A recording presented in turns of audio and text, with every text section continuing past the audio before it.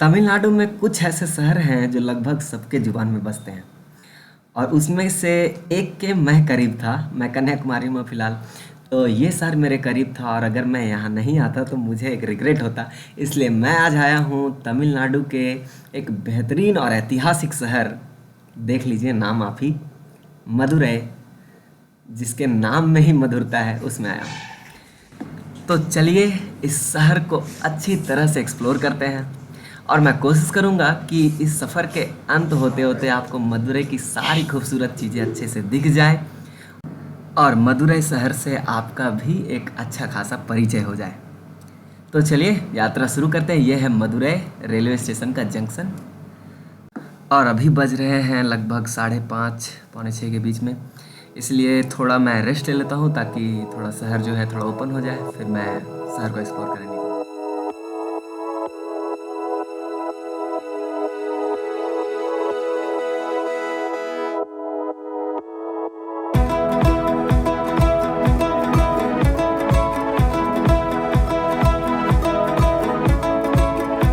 दोस्तों ये है वैगई नदी।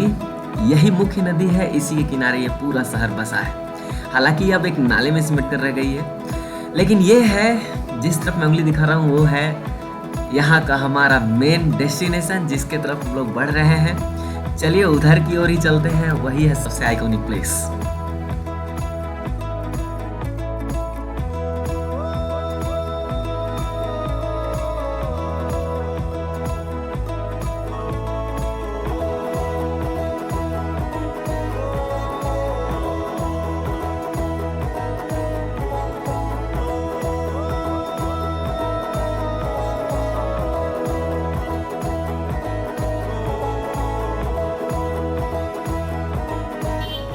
दोस्तों ये है मदुरै का एक बहुत फेमस ड्रिंक। ये एक कूलेंट है, मतलब कि बॉडी को ठंडा करने के लिए ये ड्रिंक बनाया गया है। जो यहाँ धूप में आप घूम रहे हो तो एक ठंडा करने के लिए आपको मन को बनाया गया। इसका नाम भी कुछ ऐसा ही है, जिगर ठंडा, जिगर को जो ठंडा कर दे। ये आलमंड जो होते हैं ना, पिस्ता बादाम, उनके गम से बनाया जाता है। बहुत अच्छी ड्रिंक है, जो भी यहाँ आते हैं उनको ज़रूर ट्राई करना चाहिए। हाँ, आप, मुझे पता है कि लगभग सब कोई ट्राई करते ही है। Amazing drink.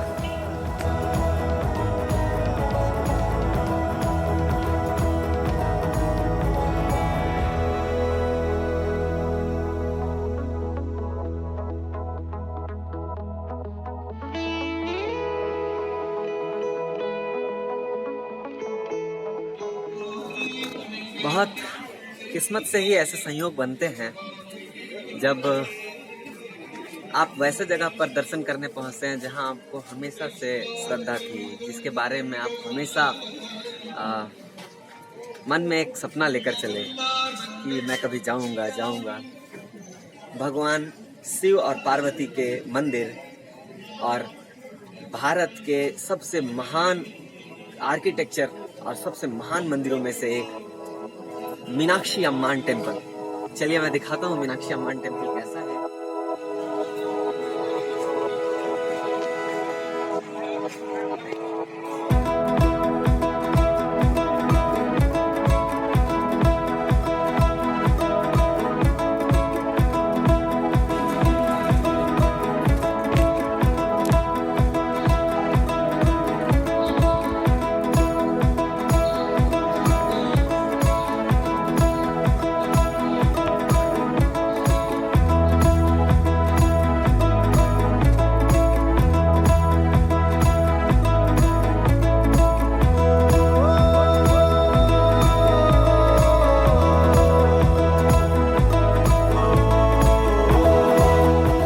ये है मीनाक्षी अम्मान टेम्पल का वेस्ट गेट, पश्चिमी गेट है ये। इस एरिया के 4 दिशा में एक्यूरेटली 4 गोपुरम बनाए गए हैं और ये गोपुरम, उसमें से ये वेस्ट गोपुरम है, पश्चिम गोपुरम है। देखिए कितना विशाल का एक स्ट्रक्चर है और कितना इंट्रिकेट आर्किटेक्चर का एक जबरदस्त नमूना है। और वो भी आज का नहीं, ये लगभग 1000 साल से ऊपर, वर्ष 1300, 1400, 1500 इस शताब्दी में इसको बनाया गया। और किस तरह से बनाया गया सो देखिए। ऐसा आर्किटेक्चर, ऐसा कलाकारी और शिल्पकारी का नमूना कि जिसको देखता ही रह जाए इंसान। हर एक मूर्ति, हर एक जो आप हर एक चीज देख रहे हैं वो सब में एक नजर डाला जाए तो घंटों देखा जा सकता है इसको। दोस्तों, मीनाक्षी अम्मान मंदिर का ओरिजिनल कंस्ट्रक्शन पहली से छठी शताब्दी के बीच किया गया, लगभग 2000 साल से पहले। और ये जो मंदिर थी ये ज्ञानियों, विद्वानों के सभाओं का केंद्र हुआ करती थी। और चूंकि मंदिर जो होते थे वो गहने, रत्न और आर्थिक गतिविधि का भी एक केंद्र होते थे, भव्यता का केंद्र होते थे, तो उसमें से मीनाक्षी अम्मान मंदिर एक और बहुत पॉपुलर मंदिरों में से एक था। लेकिन मुगलों के शासन के दौरान इस मंदिर को हजारों मंदिर के तरह बुरी तरह से लूटा गया। खंडर के जैसे, जर्जर के जैसे अवस्था में इसको छोड़ दिया गया और ये बंद पड़ा रहा लगभग 100-150 सालों तक। उसके बाद विजयनगर एम्पायर वापस से शासन में आया मुगलों को हराकर, और ये मंदिर वापस से 16वीं शताब्दी के दौरान वापस से बनाई गई। तो आज ये जो भव्य मंदिर आप देख रहे हैं ये वापस से रीबिल्ड, रिकंस्ट्रक्टेड मंदिर है।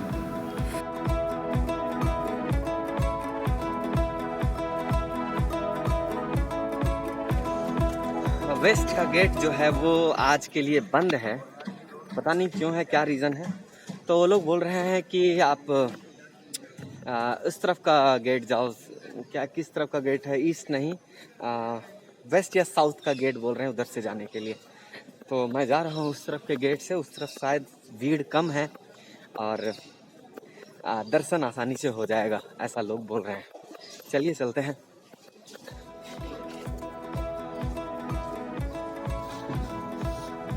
दोस्तों, मदुरै कई और टेम्पल टाउन्स में से, जैसे काशी, तिरुपति, रामेश्वरम, तंजावुर, कुछ इसी तरह के टेम्पल टाउन्स में से एक टेम्पल टाउन है। ये शहर जो है वो मंदिर को केंद्र में रखकर ही विकास और विकसित हुआ, वहीं पर फला फूला। देखिए, ये है दक्षिण गोपुरम जाने का रास्ता, जो दक्षिण की तरफ जो गेट जाती है उधर जा रहे हैं। तो ये जो पूरा शहर है वो आप अगर देखेंगे अच्छे से तो आपको पता चलेगा कि इस शहर में आप किसी तरफ से आओ, आप फाइनली इसी मंदिर को पहुंचेंगे। सारी रास्ते इधर की ओर ही आते हैं। और कुछ लोगों ने तो इसका वर्णन कुछ इस तरह से भी किया है कि ये मंदिर एक कमल के पुष्प के समान है और ये मंदिर उसके केंद्र में है, और ये पूरा शहर इस तरह से बनाया गया जैसे कमल की पंखुड़ियाँ हों। तो इस तरह से इसका वर्णन किया गया और आप इससे महत्व इसका पता कर सकते हैं, इस मंदिर का इस शहर में क्या महत्व होगा। चलिए, मैं पहुंच गया दक्षिण गोपुरम में। इधर टिकट दर्शन की सुविधा है और मैं यहाँ चप्पल फ्री रखने के लिए अवेलेबल है, तो आप यहाँ चप्पल फ्री रख सकते हैं। मैं भी रख दिया हूँ और चलते हैं आगे।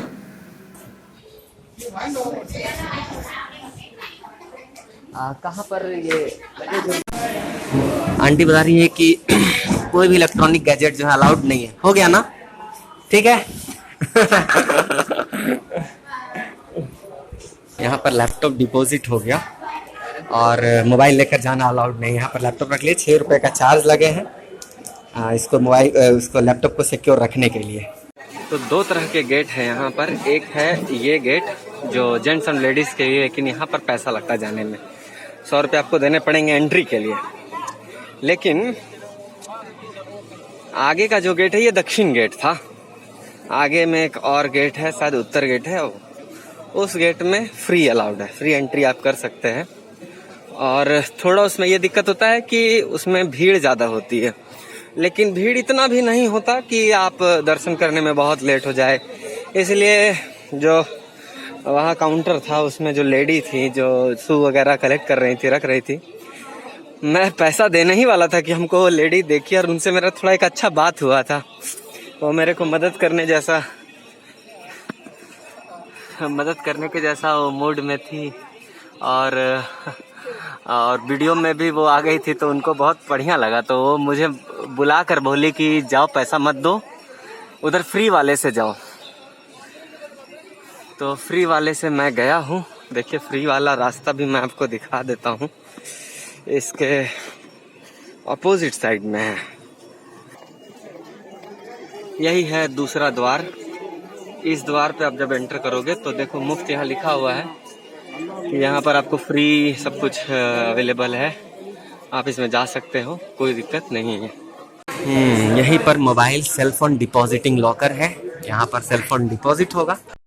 अब चलिए मोबाइल रखकर हम जाते हैं अंदर, फिर वैसे आएंगे तो बात करेंगे।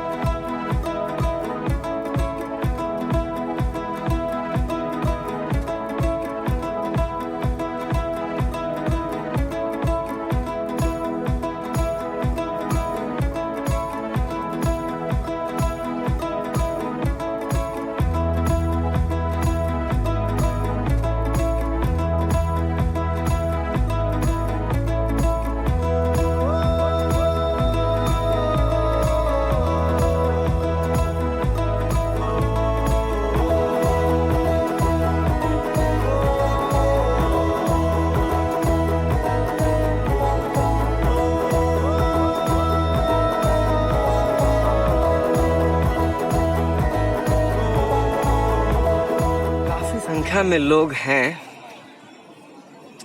और मैं अभी अंदर से जस्ट आया और मैं अपना अनुभव बताऊं तो एक होता है ना कि जैसे आपके मन में ककड़ होती है, ईगो होता है कि आप कुछ हैं, क्या हैं, आप में कुछ पोजीशन है, आप कुछ हासिल किए इस दुनिया में। ऐसा लगा कि कदम अंदर जाते ही ये सब कुछ भूल गया मैं, और लगा कि कितना ग्रैंड, कितना महान और कितना विकसित संस्कृति के हम लोग हिस्सा हैं, और इस संस्कृति में इतना ऊंचा स्थान, ये सारा कुछ, ये सारा कलाकारी, ये सारी आर्किटेक्चर तो ऐसा कि देखता ही रह जाए इंसान। बड़े बड़े पत्थरों के पिलर्स, और सिर्फ एक ही पत्थर से बनाए गए इतने विशालकाय पिलर्स, उसमें कितने मतलब अजीब तरह के, कितने मुश्किल जानवरों के डिजाइन, भगवानों के डिजाइन, बड़े से बड़े साइज में अलग अलग तरह के पत्थरों से, इतना माइंड ब्लोइंग चीज, मतलब कि बिल्कुल आपको भाव विभोर कर देने वाला, बिल्कुल आपको आश्चर्य में डाल देने वाला। और मैं बस रमता चला गया इस दृश्य में और इन पत्थरों के नक्काशियों में। ये मंदिर मीनाक्षी अम्मन नाम है इसका। मीनाक्षी जो है वो एक रानी है यहाँ की, जो इस एरिया मदुरई की रानी थी, और ये रानी जो है उनके साथ कुछ प्रॉब्लम था, तो वो, लेकिन प्रेम जो था उनको शिवा से था। वो बहुत पावरफुल रानी थी, और फाइनली जब वो सबको जीतते हुए, सबको हराते हुए, और वो जब पहुंची तो उनका फाइनल डेस्टिनेशन था माउंट कैलाश की पर्वतों में। जब वो पहुंची तो उनका सबको जीतने के बाद वो जा कर के अंतिम लड़ाई जो होता है, वो कैसी लड़ाई, वो प्रेम, जा कर के अंतिम जहाँ चरण पे गिरी वो शिव जी का ही, और उनका जो प्रेम हुआ शिव जी का, उनके साथ एक ऐसा दृढ़ स्नेह, इतना सुंदर प्रेम जागृत हुआ, और ये दोनों बहुत एक दूसरे के कायल हो गए, भगवान शिव और ये मीनाक्षी। मैं आपको बता दूं कि मीनाक्षी जो है वो पार्वती देवी जो हम लोग बोलते हैं, वो पार्वती जी ही हैं। और फिर दोनों की शादी हुई और दोनों यहाँ आए, दोनों शासन किए।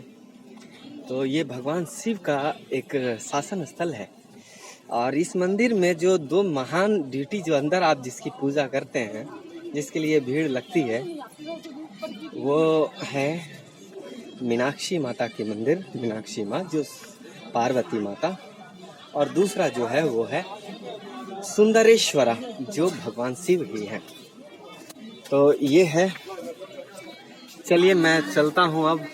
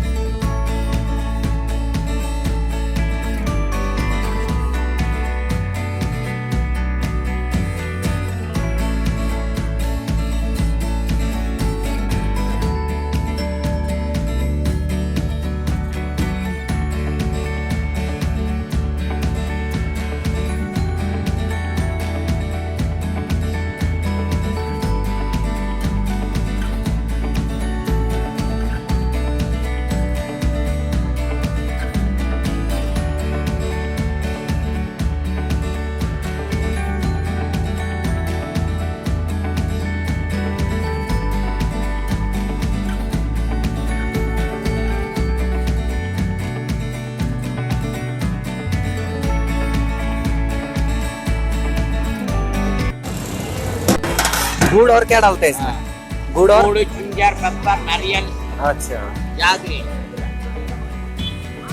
नाम क्या बोले? बर्फी, पाटमी बेरी। पड़तीपा। और ऐसे खीर? खीर। खीर, ओके।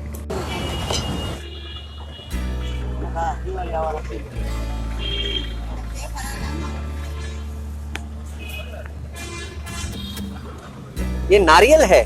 कोकोनट? कोकोनट ट्री का जो स्टेम होता है, उसका जो ऊपर का हिस्सा है, उसका अंदर, बिल्कुल अंदर में ये होता है। ये लोगों के खाने के लिए। चलिए मैं खा के देखता हूँ कि ये क्या है।